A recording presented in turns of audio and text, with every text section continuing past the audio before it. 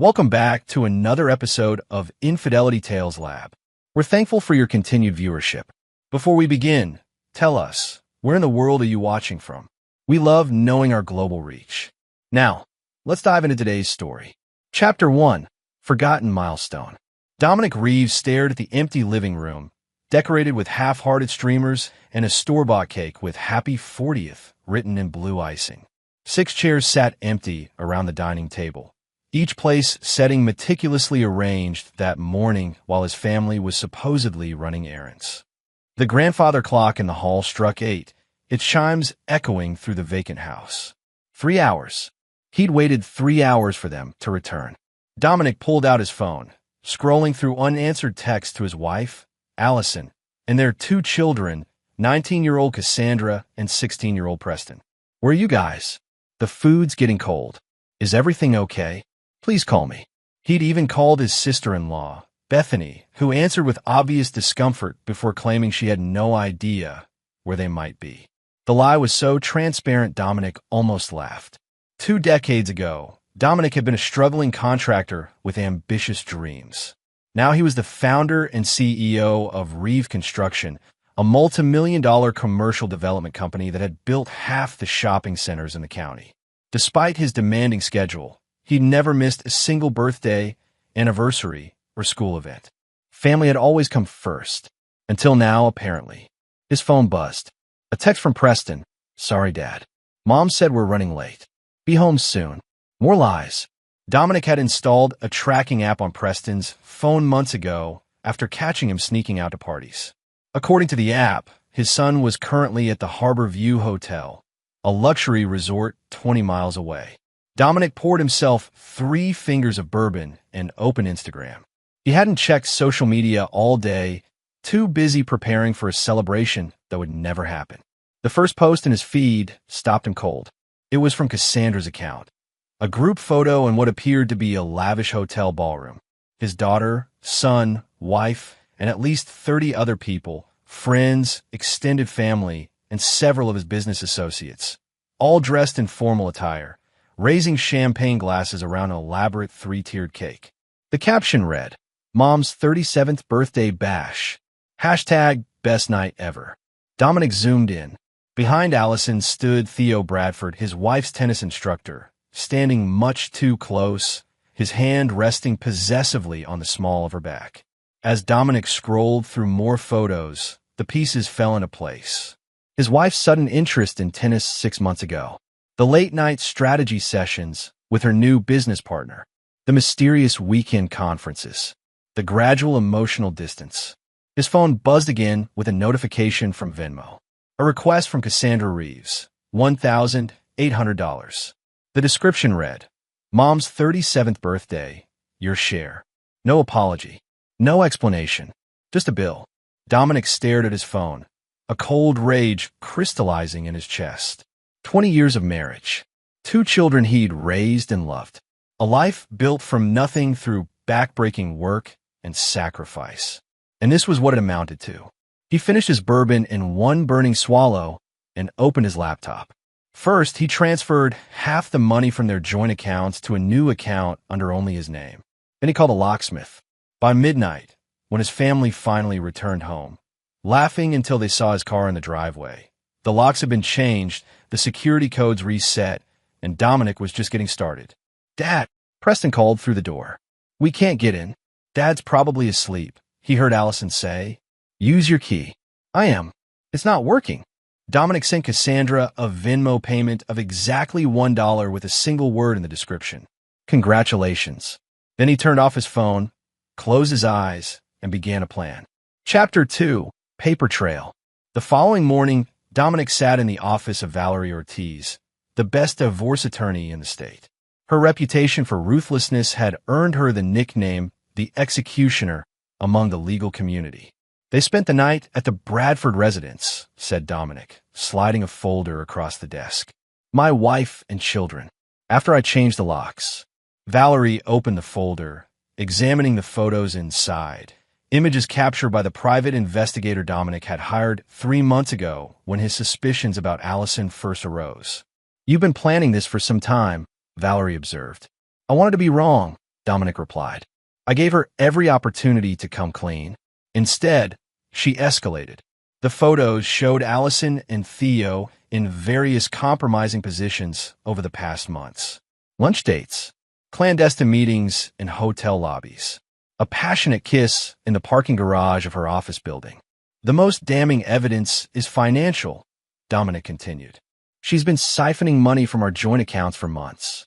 Small amounts at first, then larger transfers. Over $200,000 in total. Valerie raised an eyebrow. To Mr. Bradford? To a shell company he created 6 months ago. Ostensibly a wellness retreat business they were launching together. Dominic's laugh was hollow. The only service they provided was to each other. And your children? Cassandra knows everything. She's been helping her mother cover her tracks, probably in exchange for financial support. Preston, I'm not sure how much he understands. Valerie reviewed the documents methodically. Your wife organized this birthday party at the Harborview? That must have cost $64,000, Dominic finished. She invited 48 guests, charged them each $1,800, then pocketed the difference.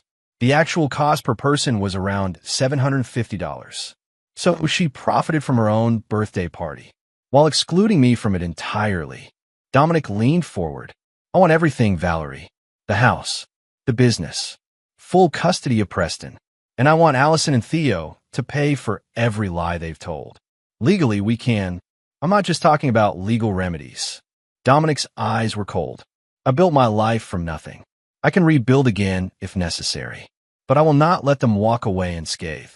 Valerie studied him carefully. There are lines we cannot cross, Mr. Reeves. I understand. Dominic stood.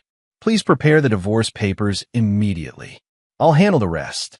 As he left the office, his phone buzzed with a text from Allison. We need to talk. Where are you staying?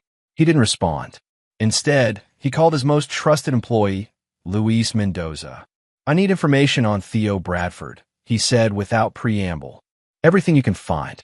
Tax records, property holdings, business dealings. Legal or otherwise. Consider it done, Luis replied. And your family? I don't have a family anymore. Dominic ended the call and headed to his next appointment with the bank manager who had approved Allison's home equity line of credit without Dominic's knowledge. By evening, Dominic had frozen every account Allison had access to, removed her as an authorized user on all credit cards, and instructed his company's payroll department to redirect his salary to his new private account. When he checked into the Four Seasons under a false name that night, he had one more call to make. Solomon, he greeted his old college roommate, now a cybersecurity expert. I need a favor that you can never tell anyone about. Chapter 3, Ghost Protocol. 2 days later, Dominic sat in a nondescript rental car outside Bradford Tennis Academy, watching his wife arrive for her lesson. From his vantage point in the parking lot, he could see Theo greeting her with a kiss that lingered far too long for instructor and student. His phone buzzed with an incoming call from Preston. Dad, where are you? Mom's freaking out. She says you've emptied the accounts. Not emptied. Secured. Dominic corrected. How are you doing, son? I'm scared. Cassandra's saying you've lost your mind. Mom's been crying all day. Preston's voice cracked. What's going on? Ask your mother about her tennis instructor, Dominic said evenly.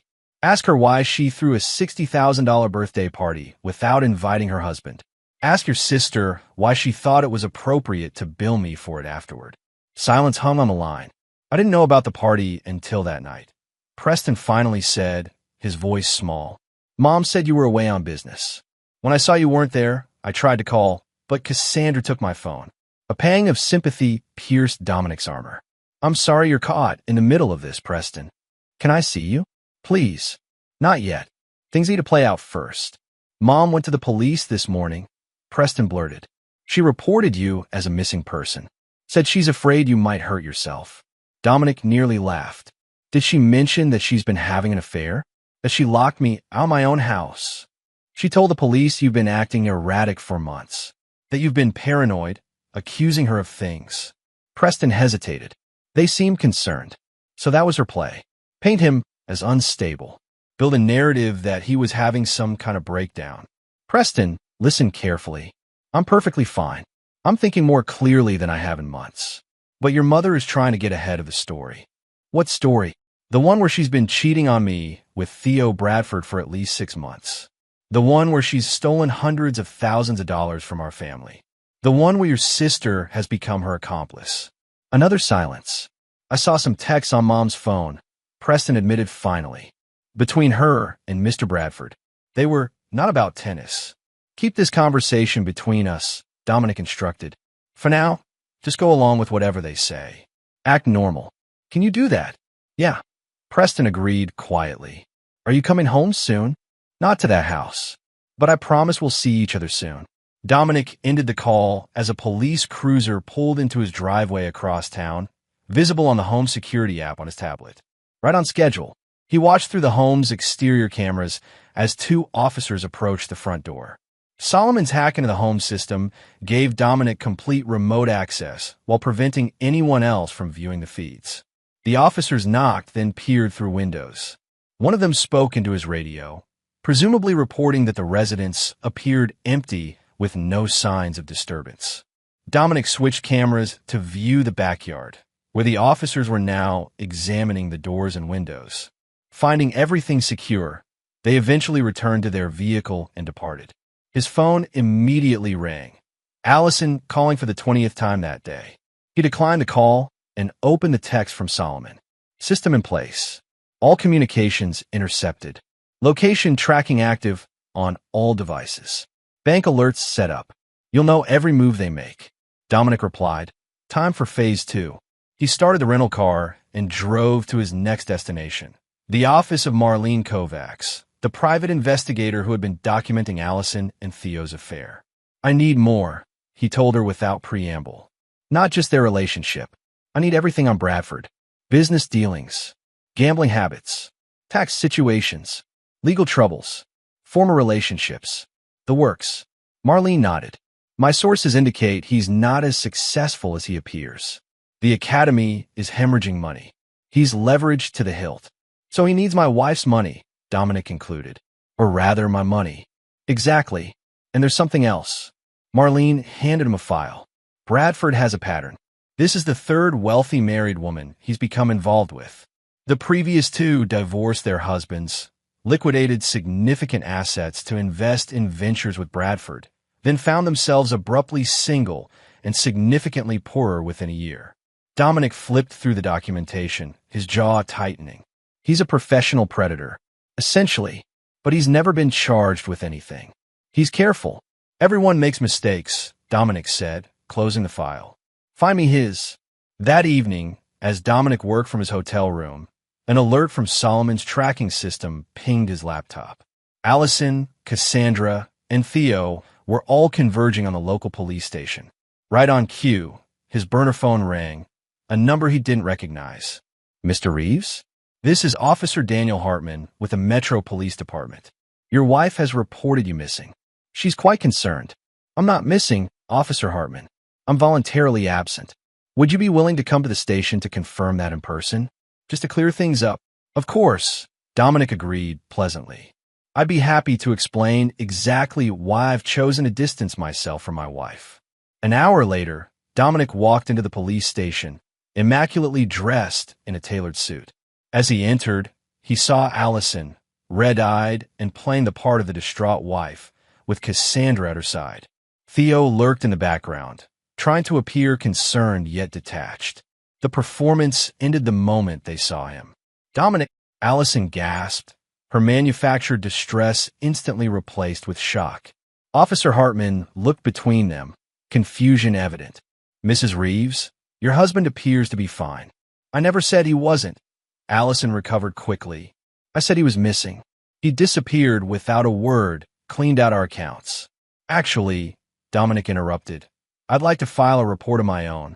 Financial fraud, identity theft, and adultery. Though I understand that last one isn't technically a crime anymore.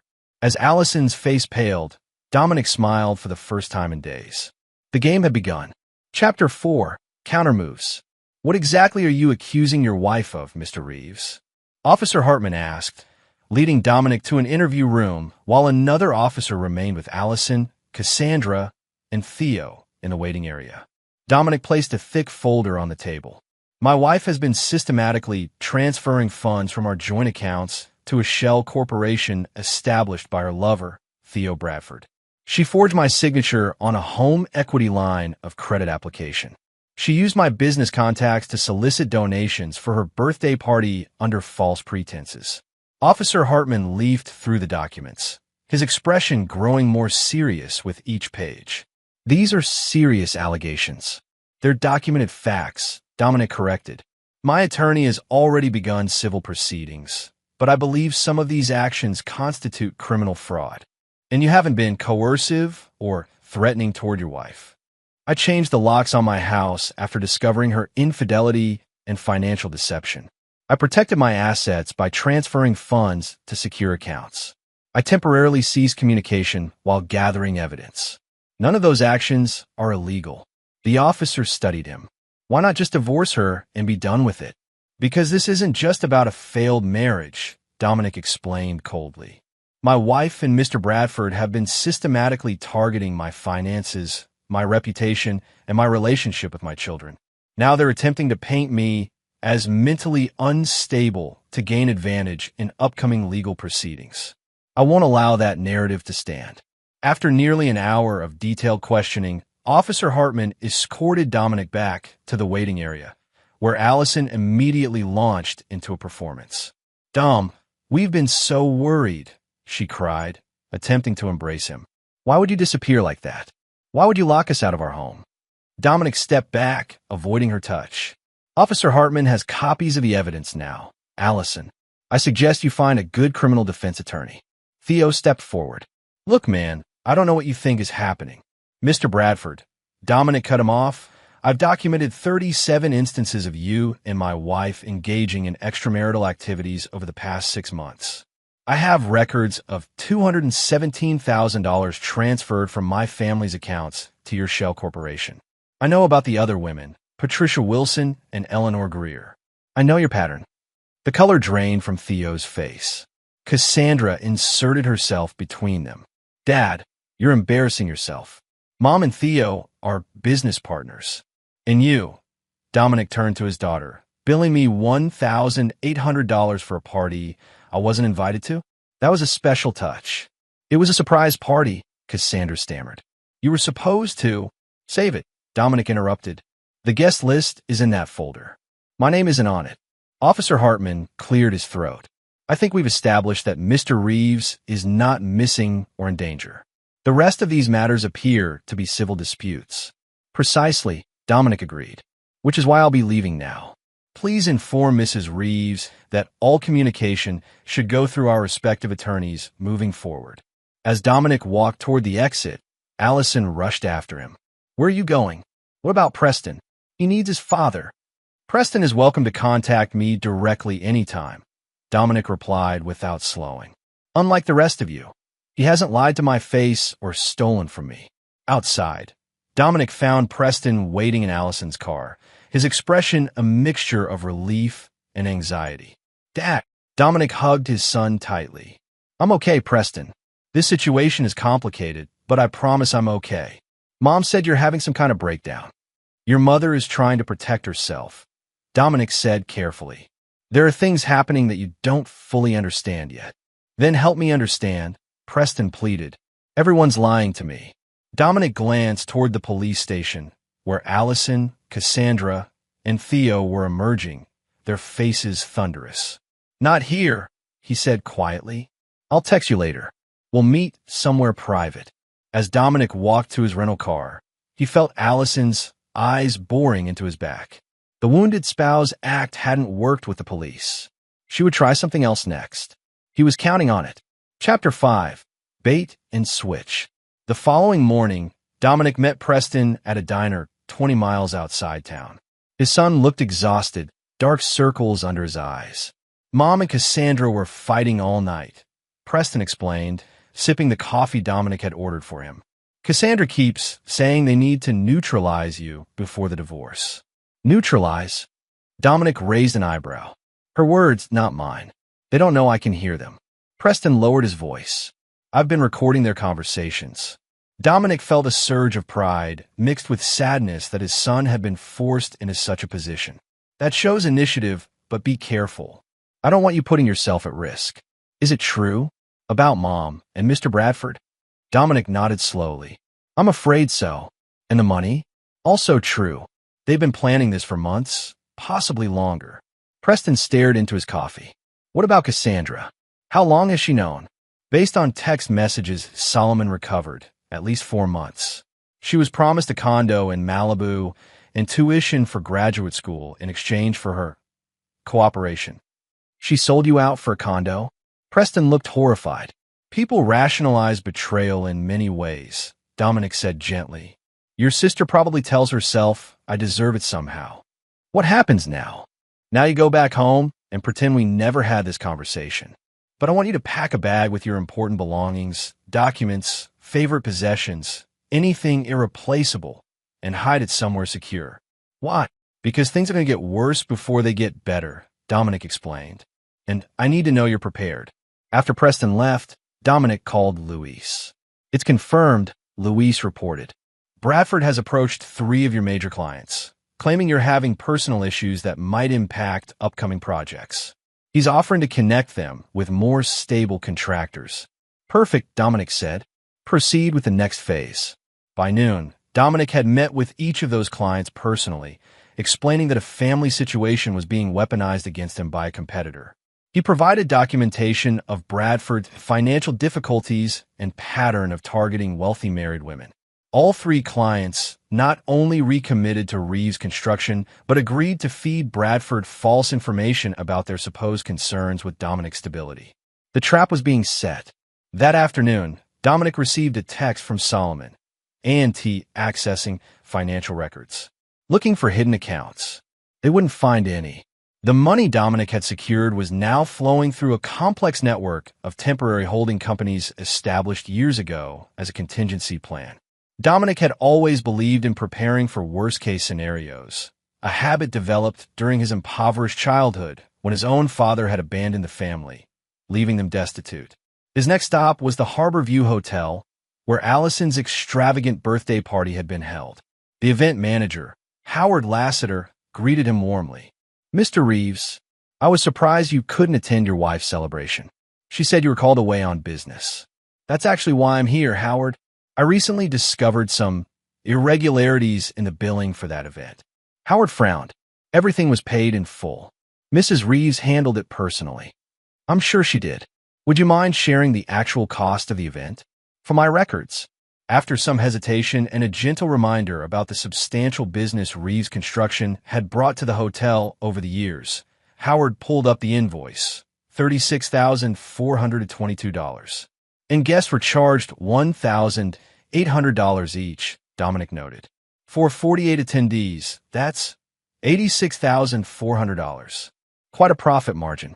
Howard looked uncomfortable. I wasn't aware of any guest contributions. No, you wouldn't be. That was handled privately. Dominic smiled reassuringly.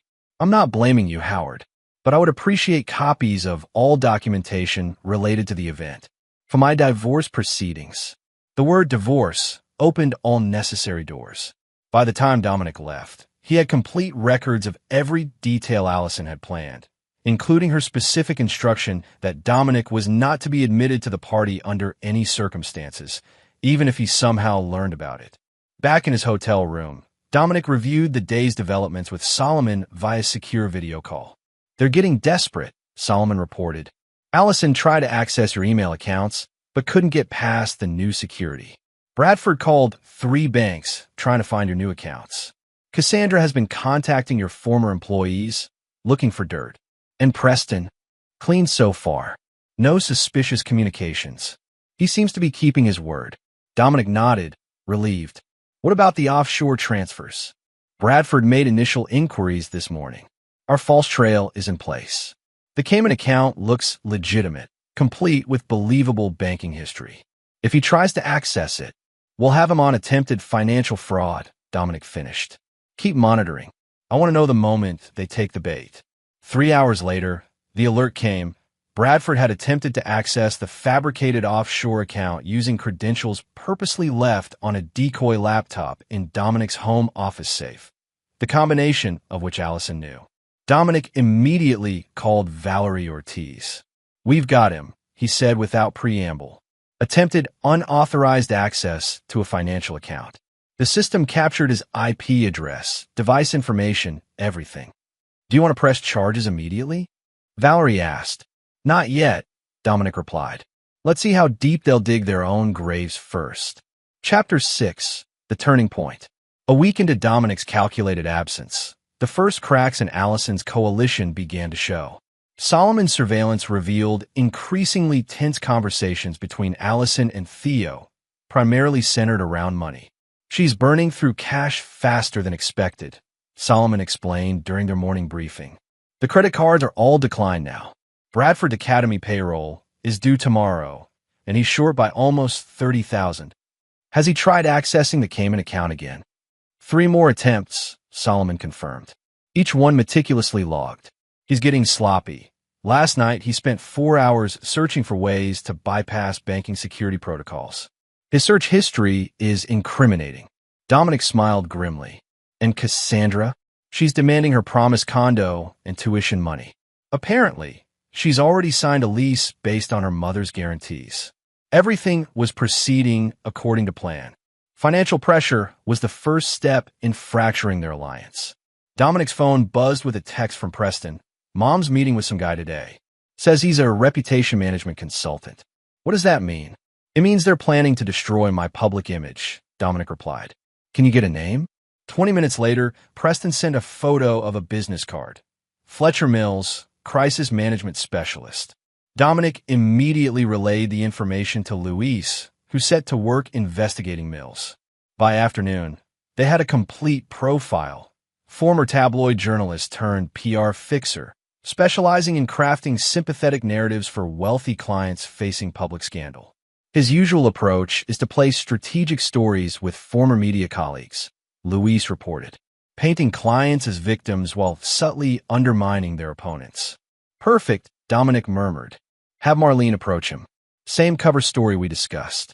That evening, Marlene Kovacs met Fletcher Mills at an upscale bar across town, posing as a wealth management advisor concerned about a client being manipulated by an unscrupulous contractor named Dominic Reeves. The seeds of doubt were planted. Meanwhile, Dominic arranged to meet with several of Allison's closest friends, women who had attended the birthday party and received the subsequent Venmo requests. He approached each meeting with calculated vulnerability, expressing confusion and hurt rather than anger. "I just want to understand what happened," he told Jennifer Palmer, Allison's maid of honor from their wedding. "One day, I'm planning my 40th birthday. The next, I discover my wife is celebrating without me and charging our friends for the privilege." Jennifer shifted uncomfortably. "Allison said the party was her idea, but that you approved everything. She said you were handling the finances. Did you think it was strange that I wasn't there? She told us you had an emergency project crisis, that you were devastated to miss it." Dominic nodded thoughtfully. "And the $1,800 charge? Did that seem reasonable for a birthday dinner?" Jennifer hesitated. "It seemed high, but Allison said it included a charitable donation to that wellness retreat she's launching with her tennis coach." "Interesting." Dominic slid across his phone, showing Jennifer the actual hotel invoice. The real cost was about $750 per person. As Jennifer's expression shifted from confusion to dawning comprehension, Dominic knew he had another ally. By week's end, he had spoken with 12 of Allison's closest friends, systematically dismantling her social support network with nothing but documented facts and gentle questions. The isolation strategy was working. On day 10 of his strategic absence, Dominic received an urgent call from Preston. "Dad, they're planning something big. Mr. Bradford's moving into our house tonight. Mom says they're accelerating their timeline because of your aggressive tactics. They're meeting with some doctor tomorrow morning." "What kind of doctor?" Dominic asked, already suspecting the answer. "A psychiatrist. I heard Mom practicing what she's going to say. She's going to claim you've been abusive and paranoid for years, that you're having some kind of breakdown. Trying to build a case for an involuntary psychiatric hold," Dominic concluded. "Bold move. What do we do?" "We? Nothing. You maintain your cover. I'll handle this." Dominic paused. "Actually, there's something you can do." Make sure you're present for that meeting if possible. Record everything. I will, Preston promised. Dad, be careful. After ending the call, Dominic immediately contacted Valerie. They're escalating to psychiatric claims, he informed her. I need preemptive measures. Already in motion, Valerie assured him. I've filed for emergency hearing regarding the financial fraud. Judge Wentworth is sympathetic. He's experienced similar tactics in his own divorce. More importantly, I've arranged for you to meet with Dr. Eleanor Chin tomorrow morning. She's a respected forensic psychiatrist who can evaluate you and document your mental stability. Excellent, Dominic approved. And the financial trap? Bradford accessed the fake Cayman account 4 more times today, each attempt more aggressive than the last. He's trying to transfer funds now, not just view balances. We have everything documented. Perfect timing, Dominic said. Prepare the injunction papers. We move tomorrow. That night, as Dominic finalized details with his team, he received an unexpected video call request from Cassandra. After a moment's hesitation, he accepted. His daughter's face appeared, tear-streaked and desperate. Dad, I need to talk to you. I'm listening, Dominic replied, keeping his expression neutral. Everything's falling apart, she blurted. Mr. Bradford moved in today, and he's not who Mom said he was. He's controlling and mean when no one's watching. He called me a spoiled brat when I asked about my condo money. The money that was promised to you for betraying your father? Dominic asked calmly. Cassandra flinched. I didn't see it that way at first. Mom said you were financially abusive, that you controlled everything, that this was her only chance for independence. And now I don't know what to believe, she admitted. But Bradford threatened Preston tonight when Preston questioned why he was using your office. Actually grabbed him by the shirt. Dominic's expression hardened. Is Preston okay? He's locked in his room. Bradford took his phone. Cassandra wiped her eyes. Dad, I'm scared. Mom's not acting like herself. She's letting Bradford make all the decisions. Why are you telling me this, Cassandra? What do you want from me? She hesitated. I want out. I was wrong. I'm sorry. Dominic studied his daughter's face, looking for signs of deception. Your mother and Bradford are meeting with a psychiatrist tomorrow to build a case against me. Did you know about that? Cassandra nodded miserably. It was Bradford's idea. He said it was the fastest way to get control of everything. And you were okay with having your father forcibly committed to a psychiatric facility based on lies. No, I didn't think it would go that far. She looked away. I just wanted Mom to be happy. And I wanted the condo, the tuition money. Yes, she whispered. It was stupid and selfish. I see that now. Dominic sighed. If you truly want to make amends, I need something from you. Anything. Evidence. I need you to record Bradford admitting to his financial motivations. I need documentation of his plans regarding me. Can you do that?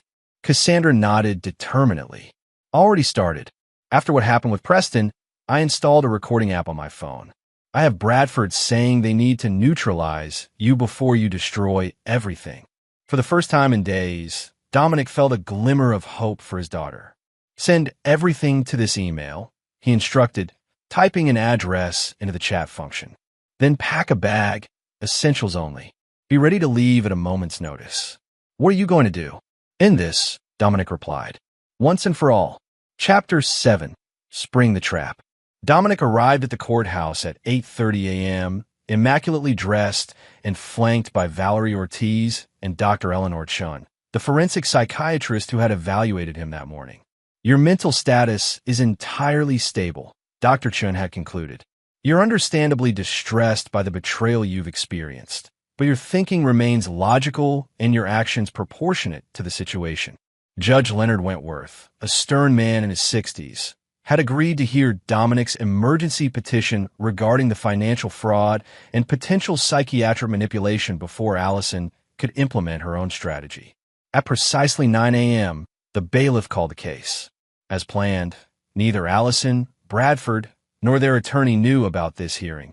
A legal maneuver Valerie had orchestrated through her connections with the court clerk. Your Honor, Valerie began. We're seeking emergency injunctive relief on behalf of Mr. Dominic Reeves, who has documented evidence of systematic financial fraud perpetrated by his wife, Allison Reeves, and her paramour, Theodore Bradford. Judge Wentworth reviewed the documentation carefully. These are serious allegations. Counselor, why the emergency filing without notice to opposing parties?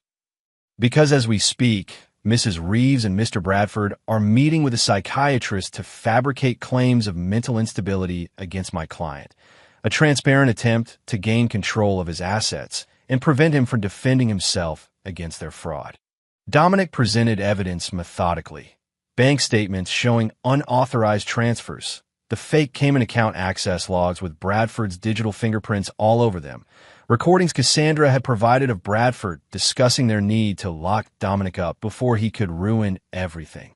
Dr. Chin testified to Dominic's mental stability and the disturbing pattern of gaslighting evident in the recorded conversations. By 10:30 a.m., Judge Wentworth had seen enough. I'm granting the emergency injunction, he declared. Mrs. Reeves and Mr. Bradford are hereby prohibited from accessing any accounts or property belonging to Mr. Reeves. Furthermore, I'm issuing a restraining order preventing them from making any public or private claims regarding Mr. Reeves' mental health without evaluation by a court-appointed psychiatrist. As they exited the courtroom, Dominic received a text from Preston. They just left the doctor's office. Bradford's talking about going to the police this afternoon. Mom looks scared. Phase 2, Dominic told Valerie, who immediately made a call. 30 minutes later, as Allison and Bradford returned to the Reeves residence, they were met by 2 police officers and a court officer serving the emergency injunction and restraining order. From his position across the street, Dominic watched through binoculars as Bradford's face contorted with rage. Even from this distance, he could see the man gesturing wildly, shouting at the officers while Allison seemed to shrink beside him. His phone buzzed, Cassandra calling. Bradford's losing it, she reported, her voice a hushed whisper. He's screaming at Mom, saying she ruined everything by not acting faster. The police are still here. Where are you? Dominic asked. Upstairs bathroom. Preston's with me. Bradford shoved him when Preston tried to talk to the officers. He put his hands on Preston again. Dominic's voice went dangerously quiet. Yes, not hard, but definitely aggressive. Stay where you are. Lock the door. Dominic ended the call and dialed Officer Hartman directly. My son just reported that Theodore Bradford physically assaulted him in my residence, he said without preamble. My daughter witnessed it. They're currently hiding in an upstairs bathroom. Within minutes, additional police units arrived at the house. Dominic watched as Bradford was separated from Allison and questioned intensively. When one officer went upstairs, presumably to speak with Preston and Cassandra, Dominic knew it was time to make his move. He walked calmly across the street, approaching his home for the first time in almost 2 weeks. As he neared, Officer Hartman spotted him and moved to intercept. Mr. Reeves, this is an active police matter. I need you to. That's my son who was assaulted, Dominic said firmly. I'm going to see him now. Before Hartman could object, Preston burst from the front door. Dad! Dominic embraced his son, checking him over for injuries. Are you okay? I'm fine, Preston assured him. Bradford just pushed me. The cops are taking my statement. Cassandra appeared next, her expression a mixture of relief and shame as she approached her father. Dad, I'm so sorry. For everything. Dominic's expression remained neutral. We'll discuss your role in all this later. Right now, I need you both to pack essential belongings. You're not staying here tonight. Allison chose that moment to emerge from the house, her carefully applied makeup streaked with tears. Dominic, thank God you're here. Theo's been arrested. This is all a terrible misunderstanding. Save it, Allison. Dominic cut her off coldly. The children are coming with me. The court has granted me temporary custody pending investigation of the fraud allegations. What fraud allegations? What are you talking about? She looked genuinely confused, which confirmed Dominic's suspicion that Bradford had kept her in the dark about some of his more aggressive financial maneuvers. The $60,000 you and Bradford stole from our friends at your birthday party, Dominic began. The $200,000 you transferred to his shell company. The home equity line of credit you forged my signature on. The offshore account he tried to hack into. He smiled thinly. That last one was a trap, by the way. There was never any money there, just digital breadcrumbs for him to follow right into a felony charge. Allison's face crumpled. I never meant for any of this to happen. Theo said it was all legal, that we were just securing assets before telling you about us. By throwing a birthday party I wasn't invited to? By having our daughter bill me for it afterward? By reporting me as a missing person when I withdrew from your betrayal? Those were Theo's ideas, she protested weakly. He said we needed leverage, and you went along with all of it, Dominic noted. Every lie, every manipulation, every betrayal. Officer Hartman approached. Mr. Reeves, we've arrested Mr. Bradford for attempted financial fraud and assault. We found multiple devices in his possession containing evidence of attempts to access your accounts. Mrs. Reeves is not under arrest at this time, but she's a person of interest in our investigation. Understood, Dominic nodded. My children will be staying with me tonight. Is there any legal reason they cannot leave with me now? No, sir. The emergency custody order covers that. Dominic turned to Preston and Cassandra. Get your things. We're leaving in 10 minutes. As his children went upstairs to pack, Dominic faced Allison one last time. 19 years, he said quietly. 19 years I gave you everything I had. I built a company from nothing so you could have the life you wanted. I worked 80-hour weeks so you could have your tennis lessons and spa days and charity luncheons. Dominic, please. And in return, you plotted against me. You stole from me. You turned our daughter against me. You planned to have me committed to a psychiatric facility so you could take everything I built. Tears streamed down Allison's face. I made a terrible mistake. We can fix this. No, Dominic said simply. We can't. There's nothing left to fix. As Preston and Cassandra returned with their bags, Dominic put an arm around each of them and led them toward his waiting car, leaving Allison alone on the front steps of the house she would soon lose.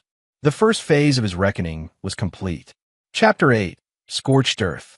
The following weeks unfolded exactly as Dominic had planned.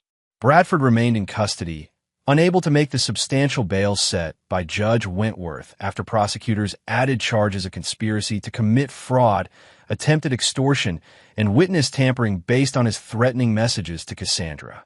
Allison, faced with impending financial ruin and potential criminal charges of her own, hired a desperate attorney who immediately sought a settlement conference. They're offering to drop all claims to your business and personal assets, Valerie reported during their strategy meeting. In exchange, they want the marital home, a one-time payment of $2 million, and for you to decline pressing criminal charges against Allison. Dominic leaned back in his chair. Counter with this. Allison gets nothing except her personal belongings and clothing. She signs a full confession detailing her role in the fraud scheme. In exchange, I'll write a letter to the prosecutor recommending leniency. She'll never agree to that, Valerie warned. She will when she realizes the alternative is prison, Dominic replied calmly. Bradford is going down regardless. His pattern of targeting wealthy women is too established to ignore now that we've connected the dots. Allison's only hope is to position herself as another victim. Meanwhile, Dominic had moved Preston and Cassandra into a luxury apartment downtown while maintaining ownership of the family home. Preston had adjusted well, relieved to be away from the toxic environment. Cassandra's situation was more complex. I don't deserve your forgiveness, she told Dominic one evening as they sat on the apartment balcony overlooking the city. I betrayed you for money and status. Yes, you did, Dominic agreed, his tone matter-of-fact rather than accusatory. The question is what you've learned from it. Cassandra stared at her hands. That loyalty matters more than material things. That people who offer quick riches in exchange for betrayal can't be trusted.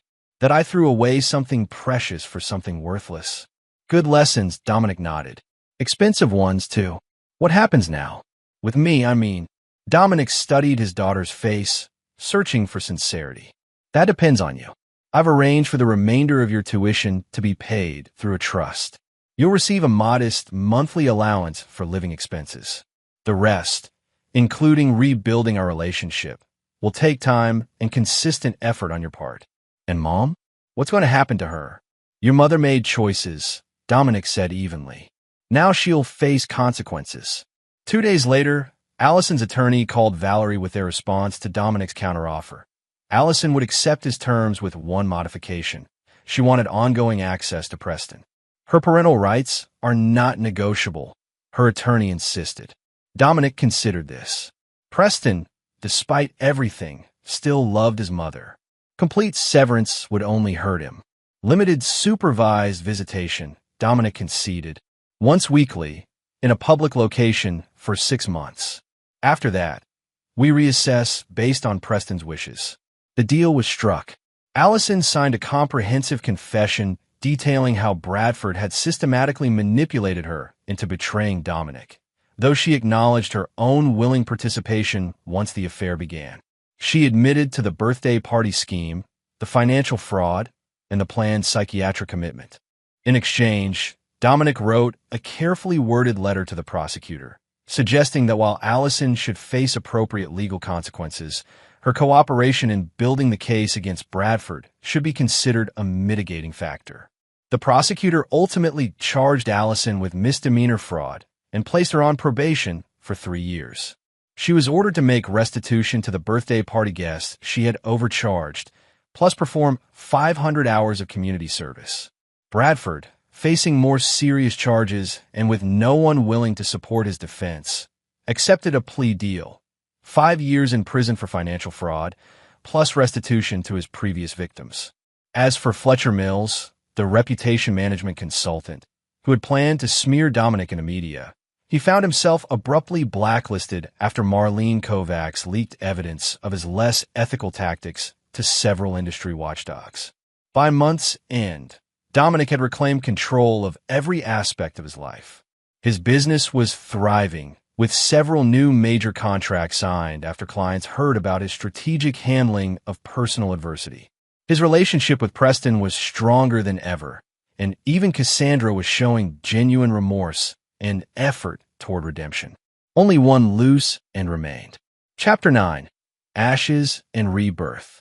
6 months after the fateful birthday party no one attended, Dominic stood in the master bedroom of the family home, surveying the space that had once represented his American dream. The movers had taken the last of the furniture that morning. Tomorrow, new owners would take possession, a young couple starting their own journey, blissfully unaware of the betrayal these walls had witnessed. His phone buzzed with a text from Solomon. Paperwork complete. Transfer executed. She'll receive notification by end of day. Dominic smiled grimly. The final piece of his plan was in motion. That afternoon, as he signed the closing documents at his attorney's office, Allison was receiving formal notice that the generous divorce settlement she thought she negotiated, a small apartment and modest monthly payments, had been contingent on strict behavioral requirements outlined in the fine print. Her recent actions, specifically attempting to contact Dominic's clients with disparaging claims and establishing a GoFundMe page portraying herself as a victim of financial abuse, had triggered the nullification clause. Effective immediately, all support payments ceased, and she had 30 days to vacate the apartment. Isn't that somewhat excessive? Valerie asked cautiously as Dominic explained the situation. Not at all, Dominic replied calmly. I gave her a clear path to a dignified new beginning. She chose instead to continue attacking me. Actions have consequences. Later that evening, as Dominic hosted a small dinner at his new home for Preston, Cassandra, and a few loyal friends who had stood by him throughout the ordeal, his phone rang with an unfamiliar number. Mr. Reeves? A tentative female voice asked when he answered. This is Patricia Wilson. We've never met, but you exposed Theodore Bradford's scheme. I was one of his previous victims. I'm aware of your situation, Ms. Wilson, Dominic acknowledged. I'm sorry for what you experienced. No, I'm calling to thank you, she corrected. The restitution Bradford was ordered to pay, it saved my life. I was about to lose my home after what he took from me. Similar calls came the following days from Bradford's other victims. Dominic listened to each one, offering practical advice on rebuilding after financial devastation, something he understood intimately from his own childhood experiences. 1 month later, Dominic launched the Phoenix Foundation, a nonprofit organization dedicated to supporting victims of relationship-based financial fraud. Using his business acumen and network, he created a system offering legal aid, financial counseling, and temporary support for those rebuilding their lives after betrayal. Preston eagerly joined the Foundation's youth outreach program, helping young people from broken homes navigate their new realities.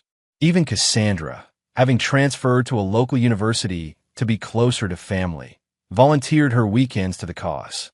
As for Allison, her final attempt at reconciliation came on a rainy Tuesday, exactly 1 year after Dominic's unattended birthday party. She appeared at his office unannounced, thinner and without the designer clothes and perfect makeup that had once been her armor. "Just 5 minutes," she pleaded with his assistant. "I just need 5 minutes." Against his better judgment, Dominic agreed to see her. "You've done well," she observed, looking around his expansive new office. "The Foundation, the business expansion. Everyone speaks highly of you." "What do you want, Allison?" Dominic asked directly. "Forgiveness," she answered simply, "or at least understanding. I've lost everything. My home, my reputation, my children's respect. I'm working as a receptionist at a dentist's office. I live in a studio apartment." "You made choices," Dominic reminded her, unmoved. "These are the consequences." "I know," she acknowledged, "but we were married for 19 years. We raised children together. Doesn't that count for anything?" Dominic studied the woman he had once loved beyond reason. It counted for everything. "That's why your betrayal was unforgivable. People make mistakes, Dominic. Terrible ones. But they can change, they can learn. Some betrayals are too fundamental," he interrupted. "Some broken things can't be repaired." Tears welled in Allison's eyes. "So that's it? 2 decades together, and we end as strangers." "We end as what you made us," Dominic corrected. A cautionary tale. After she left, Dominic stared out the window at the city skyline, feeling neither victory nor vindication, only a quiet certainty that he had protected what mattered: his dignity, his future, and his children's understanding of consequences. That evening, as he prepared dinner with Preston and Cassandra in their new home, watching his children laugh together for the first time in months, Dominic realized that while some fires destroy everything they touch, others, the right kind, purify and make way for new growth. The betrayal had cost him his marriage, his illusions, and his blind trust in others. But in their place, he had built something stronger, a life defined by his own terms, relationships based on earned trust rather than obligation, and a legacy that transformed personal pain into purpose. As Preston proposed a toast to new beginnings, Dominic raised his glass in agreement. Some endings, he had learned, are just better beginnings in disguise. And there you have it. Another story comes to an end. What did you think? I'd love to hear your thoughts in the comments below. If you enjoy this story, consider joining our community by subscribing. It means the world to us.